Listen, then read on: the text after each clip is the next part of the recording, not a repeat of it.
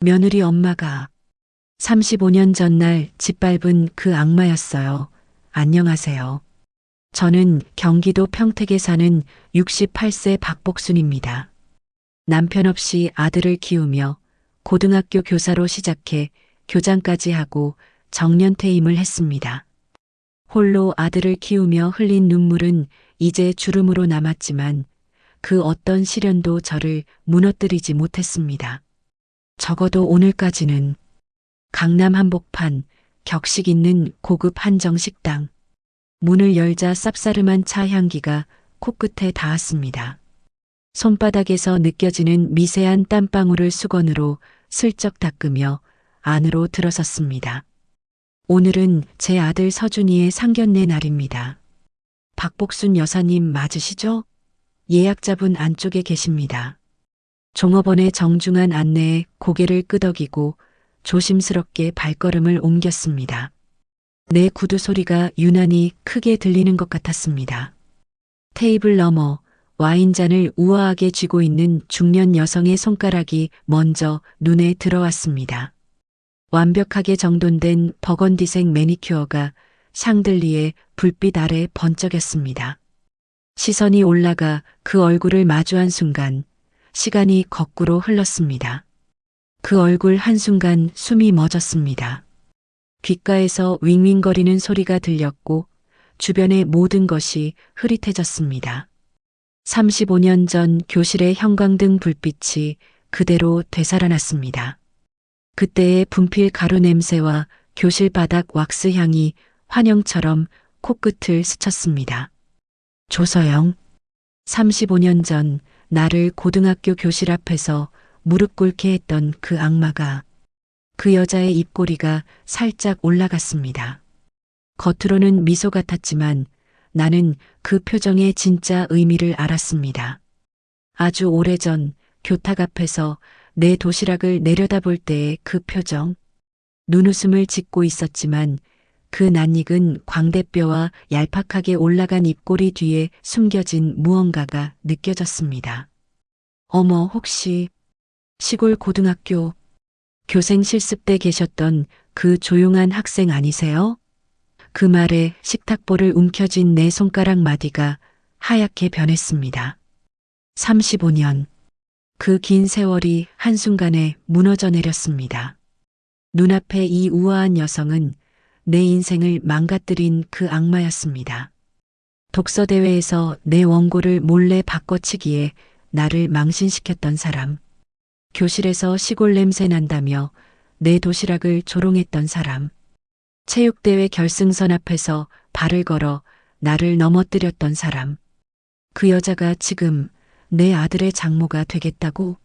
그녀의 목소리에 숨겨진 독을 저만 알아차렸습니다. 완벽하게 정돈된 버건디색 매니큐어 손톱이 찻잔을 두드리는 소리가 마치 내 관자놀이를 때리는 것처럼 아팠습니다. 목소리를 잃은 나는 그저 웃는 듯 말 듯 고개만 끄덕였습니다. 테이블 아래 두 손이 서로를 꽉 움켜쥐었습니다. 손톱이 손바닥을 파고들었지만 그 통증이 오히려 현실로 돌아오는데 도움이 되었습니다. 조서영은 와인잔을 들며 낮게 웃었습니다. 그 웃음소리가 어쩐지 지금도 교실에 울려 퍼지는 것 같았습니다. 정말 세상 좁네요. 그때 그 조용하던 애가 지금은 교장 선생님까지 하셨다니. 그녀의 말엔 놀라움이 아닌 어떤 불편함이 담겨 있었습니다. 마치 내가 그 자리에 있으면 안 되는 것처럼, 내가 성공해서는 안 되는 것처럼. 어머니, 괜찮으셨어요? 여기 음식 정말 맛있대요. 옆자리로 다가온 아들 서준의 밝은 목소리에 간신히 미소 지었습니다. 서준의 따스한 손이 내 어깨에 닿았습니다. 그 온기가 내 얼어붙은 마음을 조금 녹였습니다. 서준은 내 표정을 알아채지 못한 채 소연과 그녀의 어머니 사이에 앉았습니다. 서준이 조서영에게 친근하게 웃는 모습을 보며 내 심장이 쿵 내려앉았습니다. 내 전부인 내 아들이 날 짓밟았던 그 여자의 딸과 결혼한다고? 목구멍까지 차오르는 울음을 삼키며 가까스로 미소를 지었습니다. 하지만 내 마음은 35년 전 그날의 교실로 돌아가 있었습니다. 독서 토론 대회 날 그녀가 몰래 바꿔치기한 원고 때문에 무대에서 망신당했던 기억. 체육대회 때 결승선 앞에서 그녀가 슬쩍 내민 발에 걸려 넘어져 장학금 기회를 날렸던 순간. 그날 이후 제 인생은 완전히 달라졌습니다. 찻잔에서 피어오르는 김이 내 시야를 흐리게 했습니다. 그 김 너머로 보이는 조서영의 얼굴이 35년 전 그날의 얼굴과 겹쳐졌습니다. 그 순간 내 안에 하나의 문장이 떠올랐습니다. 오늘부터 시작될 전쟁. 이번에는 내가 지지 않을 겁니다. 교사로, 교장으로, 한 아이의 어머니로 살아온 나. 이제 그 소녀는 일어설 때가 왔습니다. 상견례가 끝나고 집으로 돌아오는 창밖으로 흐르는 서울의 불빛이 마치 시간의 터널처럼 느껴졌습니다. 서준은 운전에 집중한 채 즐거웠던 만남에 대해 이야기했지만 제 귀에는 들리지 않았습니다. 머릿속은 35년 전 기억으로 가득 찼습니다. 1995년 봄, 고등학교 3학년이던 나는 매일같이 도서관 문을 열던 아이였습니다. 어깨를 스치는 목련 꽃잎, 발걸음에 밟히는 벚꽃 잎새가 봄의 한가운데 있음을 알려줬습니다. 가방 속에는 언제나 도시락과 꿈이 함께 담겨 있었습니다. 소박한 꿈이었습니다. 서울로 올라가 장학금 받고 대학에 들어가 교사가 되는 것. 그 꿈을 이루기 위한 마지막 관문이 바로 경기도 대표 독서 토론 대회였습니다. 도서관 창문 너머로 햇살이 쏟아지던 오후, 나무 책상에 앉아 원고를 정리하고 있었습니다. 책장 사이로 스며드는 먼지 냄새와 오래된 종이 향기가 코끝을 간지렸습니다. 펜 끝으로 중요한 부분에 별표를 치며 입술을 깨물고 있었습니다. 복순아, 독서 토론 대회 준비하는 거야? 고개를 들어보니 우리 반의 교생 실습으로 온 서울교육대생 조서영 선생님이었습니다. 갈색 카디건과 진주 귀걸이가 햇빛에 반짝였습니다. 라벤더 향수 냄새가 살짝 풍겼습니다. 네, 이번 주말에 있어요. 그녀의 눈동자에 비친 내 모습이 작고 초라해 보였습니다. 하지만 그때는 몰랐습니다. 그 시선 뒤에 숨겨진 차가움을. 복순아, 너 발표 준비 잘해? 난 발표 대회 진짜 좋아했었거든.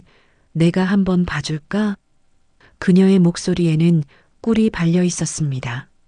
그 달콤함에 취해 나는 순수하게 그 말을 믿었습니다. 조서영이 칭찬을 한번 해줬을 때 마음이 뿌듯했습니다. 그녀처럼 서울에서 온 세련되고 당당한 사람이 되고 싶었으니까요. 내 원고를 그녀에게 맡기던 순간 손가락이 떨렸습니다. 그것은 설렘이었을까요? 아니면 무의식적인 경고였을까요? 어느 날 조서영의 책상 위에 놓인 사진첩을 우연히 보게 되었습니다. 책장을 넘기다 멈춘 페이지에는 낯선 풍경이 있었습니다.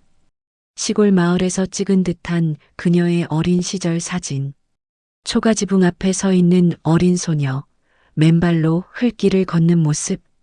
그것은 분명 서울 강남의 모습이 아니었습니다. 선생님도 시골 출신이세요? 물어봤을 때 그녀의 표정이 순간 굳었습니다. 창백해진 얼굴, 날카롭게 변한 눈빛이 찰나의 순간 스쳐 지나갔습니다. 무슨 소리야? 난 강남에서 나고 자랐어. 그 말투에는 어딘가 방어적인 긴장감이 있었습니다.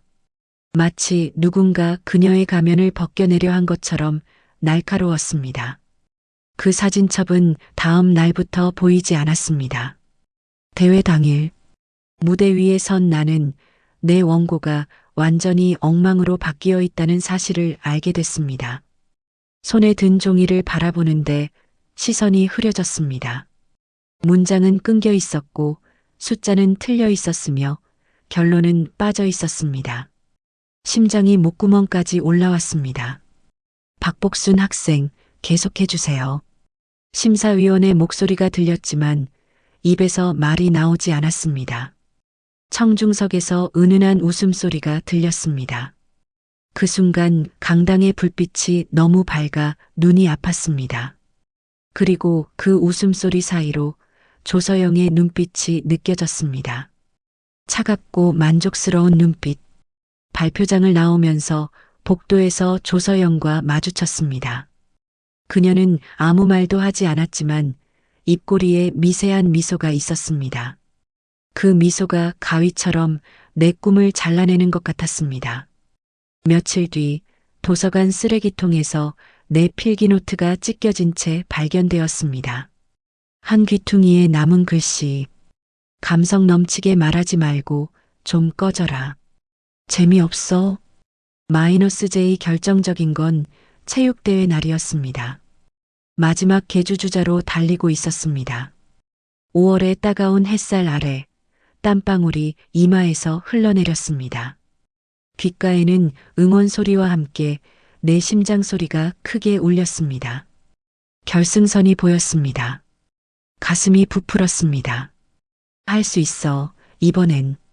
그런데 결승선 앞에서 누군가 발을 내밀었고 나는 그대로 넘어졌습니다. 무릎이 아스팔트에 긁혀 피가 배어 나왔습니다. 넘어진 순간 내 시야 끝에 보인 하얀 운동화. 그 옆에서 팔짱을 끼고 서 있던 조서영의 웃는 얼굴. 햇살에 반사된 그녀의 진주 귀걸이가 내 눈을 찔렀습니다. 그날 이후 나는 학교의 웃음거리가 됐습니다. 걘 체육대회 때 자빠졌던 애잖아. 대회 발표 때 울던 애. 장학금은 다른 학생에게 돌아갔습니다. 서울 교대의 꿈도 접어야 했습니다. 어느덧 집에 도착했습니다. 서준의 목소리가 현실로 끌어당겼습니다. 어머니, 도착했어요. 소연이 어머님 정말 좋으시죠? 저희 결혼식 어머님께서 신경 쓰실 거 하나도 없을 것 같아요. 소연이 어머님이 모든 걸 완벽하게 해주신대요. 서준의 밝은 목소리에 억지로 미소 지었습니다. 35년 전 나의 모습이 서준에게서 보였습니다. 그때의 나처럼 눈앞의 화려함에 현혹된 채 위험을 알아차리지 못하는 모습. 현관문을 열며 마음속으로 다짐했습니다. 내가 무너졌던 그 자리에서 내 아들은 무너지게 하지 않겠다. 화장대 거울 앞에 서서 오늘 입은 옷을 벗으며 35년 전 그 소녀를 바라보았습니다. 연약했던 그 아이는 이제 강해졌습니다. 더 이상 누구에게도 밟히지 않을 만큼. 이번에는 달라질 거야. 목소리가 떨리지 않았습니다. 갈등 심화 조서영의 집. 공간은 완벽했습니다.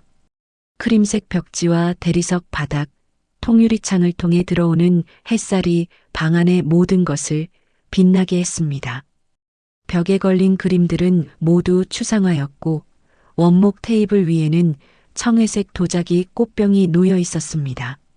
모든 것이 카탈로그에서 막 꺼내온 듯 조화롭고 세련되었습니다. 오늘은 제가 특별히 저녁 준비했어요. 어머님 드셔보시고 의견 주세요. 조서영이 환하게 웃으며 상을 차렸습니다. 하얀 앞치마가 그녀의 슬림한 실루엣을 감싸고 있었습니다. 식탁 위에는 정갈하게 차려진 반찬들이 놓여 있었습니다. 상견례 이후 처음으로 양가가 함께 모이는 식사 자리였습니다. 복수는 젓가락을 들었습니다. 손에 쥔 젓가락에 차가운 감촉이 느껴졌습니다. 그녀는 살짝 긴장한 채 조서영이 차린 음식을 바라보았습니다. 식탁 주변에는 서준과 소연 그리고 조서영의 남편 정우진이 앉아 있었습니다. 정우진은 말없이 식사에 집중하는 모습이었습니다. 그의 눈빛은 어딘가 공허했고 간간히 아내를 향할 때는 약간의 두려움마저 느껴졌습니다. 그의 넥타이는 단정하게 매여 있었지만 흰 셔츠 칼라 아래로 보이는 목덜미의 긴장감이 역력했습니다.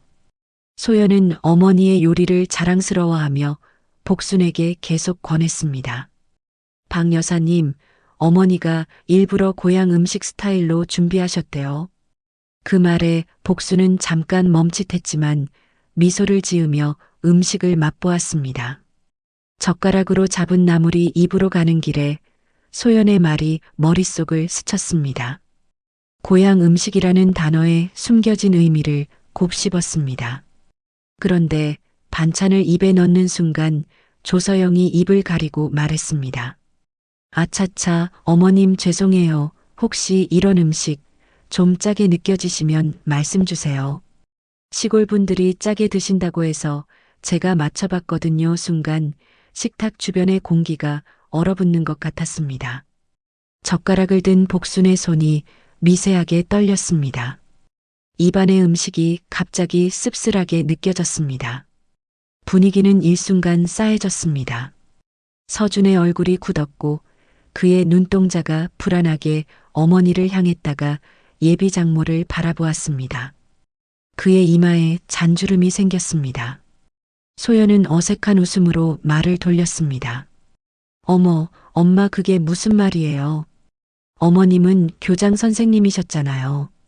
하지만 이번에 복수는 물러서지 않기로 했습니다. 젓가락을 내려놓았지만 시선은 조서영에게 고정한 채 천천히 말했습니다. 실례지만 조서영 여사님, 목소리는 차분했습니다. 제가 드린 된장은 어떠셨나요?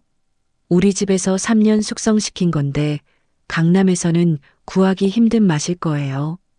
조서영의 얼굴에서 미소가 잠시 흔들렸습니다. 그녀의 눈에 당혹감이 스쳤습니다.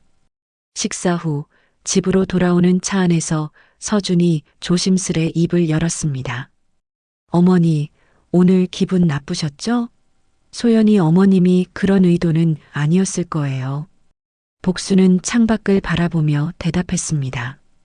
유리창에 비친 자신의 얼굴이 희미하게 보였습니다. 괜찮아. 엄마는 괜찮아. 그 말을 하는 순간 휴대폰 알림음이 울렸습니다. 서준이 핸들을 잡은 채 흘깃 휴대폰을 보았습니다. 화면에 뜬 메시지를 본 그의 표정이 굳었습니다. 조서영이 실수로 서준에게 보낸 문자였습니다. 누구 연락이니? 서준은 머뭇거렸습니다. 그러더니 한숨을 쉬며 휴대폰을 복순에게 건넸습니다. 화면에는 조서영이 보낸 메시지가 떠 있었습니다. 복순 여사님 진짜 민망했어요. 키읔키읔 계속 시골 반찬 얘기하시고 저희 집 식구들한테 창피해서 미치는 줄 알았어요. 문자를 본 복순의 가슴 한구석이 무너져 내리는 것 같았습니다. 하지만 그녀의 얼굴은 평온했습니다. 35년 동안 이런 상처에 익숙해진 듯한 담담함이었습니다. 서준의 얼굴이 창백해졌습니다. 어머니, 정말 죄송해요. 제가 이야기할게요. 복수는 손을 들어 아들을 말렸습니다. 아니야. 엄마가 알아서 할게. 집에 도착한 후 복수는 옷장에서 오래된 상자를 꺼냈습니다. 그 안에는 돌아가신 남편의 사진과 함께 오래된 금반지가 있었습니다. 서준 아버지가 아들에게 남긴 유일한 유품이었습니다. 사진 속 남자는 소박한 정장을 입고 환하게 웃고 있었습니다. 이거 서준 결혼할 때 주려고 했는데. 며칠 후 서준이 조심스럽게 어머니 방문을 두드렸습니다. 문틈으로 새어 들어오는 그의 숨소리가 불안정해 보였습니다. 어머니 혹시 나중에 결혼하고 나면 서준은 말을 이어가기 어려워 보였습니다. 손가락으로 머리카락을 쓸어 넘기는 모습이 어릴 적 그대로였습니다. 학교에서 어려운 일이 있을 때마다 보이던 그 익숙한 제스처, 요양원 같은데도 고려해보면 좋지 않을까? 마지막 단어가 떨어지는 순간 방 안의 공기가 얼어붙었습니다. 복수는 그 말을 듣고 가만히 서준을 바라봤습니다. 아들의 눈에는 미안함과 혼란이 가득했습니다. 그것은 그의 결정이 아니라는 것을 알 수 있었습니다. 조서영이 뭐라고 했니? 서준은 말없이 시선을 피했습니다. 그의 눈빛에서 복수는 모든 것을 읽을 수 있었습니다. 그의 침묵이 모든 것을 말해주었습니다. 그날 밤 복수는 서준의 노트북에 열려있던 이메일 한 통을 보게 됐습니다. 화면의 파란 빛이 그녀의 얼굴을 비추었습니다. 제목 사돈 리스크 정리본. 보낸 사람 조서영. 복순 여사님 건강 확인 필요. 생활비 무 향후 분가 시 거부 가능성. 요양원 입소 또는 외부 별채 생활 추천. 아드님 경제적 부담 고려 필수. 복순의 손이 떨렸습니다. 이메일을 닫고 그녀는 책상 서랍을 열었습니다. 그 안에 있던 금반지 케이스가 텅 비어 있었습니다. 케이스 안에 남은 반지 자국만이 그곳에 무언가가 있었음을 알려주었습니다. 가슴이 쿵 내려앉는 느낌이었습니다. 복수는 급히 장롱을 뒤졌지만 어디에도 반지는 없었습니다. 그 반지는 단순한 장신구가 아니었습니다. 그것은 복순의 결혼 생활, 혼자서 아들을 키운 세월, 그리고 그녀의 자존심이 담긴 물건이었습니다. 그리고 전화 한 통이 울렸습니다. 화면에 조서영의 이름이 떠올랐습니다. 복수는 잠시 망설이다 전화를 받았습니다. 귓가에 조서영의 목소리가 흘러들어왔습니다. 어머님, 반지 찾으셨어요? 그거 소연이 예물로 쓰려고 가져갔어요. 예쁘게 리디자인해서 드리려고요. 요즘은 다 그렇게 해요. 조서영의 목소리는 달콤했지만 그 달콤함 속에 숨겨진 독을 복수는 느꼈습니다. 그녀는 이제 자신의 영역을 넘어 복순의 가장 소중한 것까지 침범하고 있었습니다. 전화를 끊고 거울 앞에 선 복순의 눈에는 더 이상 눈물이 없었습니다. 대신 그녀는 서랍에서 방송국 작가의 명함을 꺼내 들었습니다. 그리고 다이얼을 돌렸습니다. 김지연 작가님, 박복순입니다. 인터뷰 하고 싶어요. 복순의 눈빛은 단단했습니다. 35년 전 아이는 드디어 일어설 준비가 되었습니다. 이번에는 자신만이 아닌 아들을 지키기 위해서 방송국 스튜디오. 차가운 조명 아래 복수는 35년 전 무대 위에 섰던 기억이 떠올랐습니다. 그때는 떨리는 목소리로 말을 잇지 못했지만 이제는 달랐습니다. 까만 정장을 입은 그녀는 단정하고 위엄이 있어 보였습니다. 머리카락은 깔끔하게 올려 묶었고 목에는 남편이 선물한 작은 진주 목걸이를 했습니다. 카메라에 붉은 불빛이 켜졌습니다. 인터뷰어의 첫 질문이 시작되었습니다. 박복순 선생님, 시청자들에게 자신을 소개해 주시겠어요? 복순은 손끝에 미세한 떨림을 느꼈지만 목소리는 흔들림 없이 나왔습니다. 안녕하세요. 저는 경기도 평택에서 태어나 고등학교 교장으로 퇴임한 박복순입니다. 남편 없이 아들 하나를 키웠습니다. 그리고 지금 35년 전의 상처가 다시 제 앞에 나타났습니다. 그녀는 천천히 또박또박 과거의 이야기를 풀어놓았습니다. 교생 선생님의 괴롭힘, 독서 토론 대회, 체육대회 사건까지, 그리고 현재 같은 사람이 자신의 사돈이 되어 과거의 패턴을 되풀이하고 있다는 사실을. 그럼에도 불구하고 저는 제 아들의 행복을 원합니다. 하지만 더 이상은 침묵하지 않을 겁니다. 나이나 출신을 이유로 누군가를 무시하는 것은 옳지 않아요. 인터뷰가 방송된 다음 날 복순의 휴대폰이 쉴 새 없이 울렸습니다. 사람들의 응원 메시지가 쏟아졌습니다. 해시태그 엄마는 사람입니다. 박복순 사연이 소셜미디어에서 퍼져나갔습니다. 그리고 예상치 못한 전화가 왔습니다. 서준이었습니다. 어머니, 방송 봤어요. 그의 목소리는 떨렸습니다. 왜 말씀 안 하셨어요? 그분이 그런 사람인 줄 몰랐어요. 복수는 잠시 침묵했습니다. 내 행복을 방해하고 싶지 않았어. 하지만 이젠 엄마도 더 이상 침묵할 수 없었단다. 서준의 숨소리가 무거웠습니다. 소연이와 얘기해 봤어요. 소연이도 어머니 얘기를 듣고 충격받았대요. 어머님 상처 주신 분이 자기 엄마라는 게. 그날 오후 초인종이 울렸습니다. 문을 열자 소연이 서 있었습니다. 그녀의 눈은 붉게 부어 있었습니다. 어머님, 정말 죄송해요. 저희 어머니가 어머님께 그런 일을. 소연은 말을 잇지 못했습니다. 복수는 그녀를 안으로 들였습니다. 차를 내리며 소연이 무언가를 내밀었습니다. 작은 보석함이었습니다. 열어보니 그 안에는 복순의 금반지가 있었습니다. 원래 모습 그대로였습니다. 제가 어머니께 받아왔어요. 이건 어머님의 소중한 추억인데 함부로 가져가면 안 되는 거잖아요. 복수는 반지를 보며 미소 지었습니다. 소연의 손을 잡았습니다. 괜찮아. 내 잘못이 아니야. 사람은 누구나 자신의 상처를 안고 살아가는 법이니까. 소연이 눈물을 훔치며 말했습니다. 어머님, 저희 결혼 어떻게 생각하세요? 서준 오빠는 어머님 의견을 듣고 싶대요. 복수는 잠시 생각에 잠겼습니다. 창밖으로 봄 햇살이 비치고 있었습니다. 나는 너희의 행복을 원해. 하지만 결혼은 두 사람만의 일이 아니라 두 가족의 일이기도 해. 서로 존중하는 마음이 필요하지. 그날 저녁 기대하지 않았던 손님이 찾아왔습니다. 조서영이었습니다.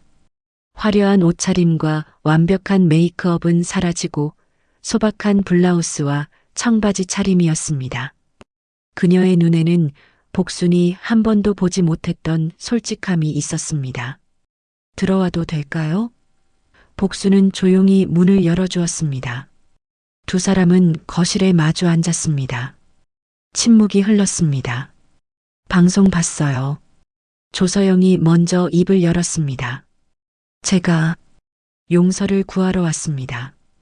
복수는 그녀를 가만히 바라보았습니다. 조서영은 떨리는 손으로 가방을 열었습니다.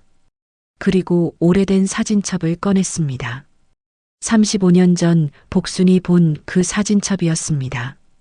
저도 한때는 당신처럼 시골에서 온 소녀였습니다. 평생 그 사실을 숨기고 살았어요. 그녀가 사진첩을 펼쳤습니다. 초가지붕 앞에 서 있는 어린 소녀, 맨발로 흙길을 걷는 모습. 서울에 와서 너무 많은 무시를 당했어요. 그래서 결심했죠.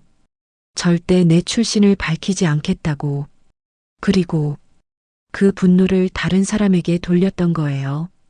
조서영의 눈에서 눈물이 흘렀습니다. 당신을 보면서 내가 버리고 싶었던 과거의 나를 본 거예요. 그게 너무 싫었어요.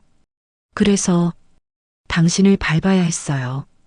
그렇게 하면 내가 강해질 것 같아서. 복수는 차를 한 잔 더 따르며 말했습니다. 이해해요. 누구나 자신의 상처를 안고 살아가니까요. 복수는 조서영의 손을 잡았습니다. 두 손은 다른 삶을 살아왔지만 결국 같은 상처를 가진 여성들의 손이었습니다. 한 명은 그 상처를 드러내며 살았고 다른 한 명은 그것을 숨기며 살았을 뿐. 하지만 이제는 달라져야 해요. 우리가 서로를 미워하면 결국 우리 아이들까지 상처받게 될 테니까요. 며칠 후 서준과 소연이 함께 찾아왔습니다. 두 사람의 얼굴에는 결심이 서려 있었습니다. 어머니, 저희 결정했어요. 결혼은 하되 새로 시작하려고요. 더 이상 누구도 상처받지 않는 방식으로요. 서준이 소연의 손을 꼭 잡은 채 말했습니다. 어머니와 소연 어머님도 함께 계획에 참여해 주셨으면 해요. 두 분 다요. 복순의 가슴에 따뜻함이 번졌습니다. 창가에 서서 밤하늘을 올려다보며 중얼거렸습니다. 이젠 나를 부끄러워하지 않아요. 나 자신에게도 세상에게도. 그리고 이제는 다른 이들이 자신을 부끄러워하지 않도록 돕고 싶어요. 서준과 소연이 하늘을 바라보는 복순에게 다가왔습니다. 아들이 어머니의 어깨에 팔을 두르며 말했습니다. 어머니, 이제 우리 가족 모두 함께 시작해요. 복순은 미소 지었습니다. 그것은 승리의 미소가 아니라 화해와 이해의 미소였습니다. 35년 전 상처받은 소녀는 마침내 자유롭게 되었습니다. 그날 저녁 복수는 오래된 일기장을 꺼내 마지막 페이지를 펼쳤습니다. 그리고 조용히 적었습니다. 용서는 나를 위한 것이었다. 그리고 이제 우리 모두를 위한 새로운 시작이다. 구독자 여러분, 매일매일 가정에 행복과 웃음만 가득하시길 진심으로 바랍니다. 오늘도 긴 글 읽어주셔서 진심으로 감사드립니다. 이 이야기가 여러분께 작은 울림이 되었다면 좋아요와 구독 버튼 눌러주시고 다음 이야기도 기대해 주세요. 알림 설정도 잊지 마세요. 여러분의 한 번의 클릭이 작가에게는 큰 힘이 됩니다. 다음 주에 더 감동적인 이야기로 찾아뵙겠습니다. 행복한 하루 보내세요.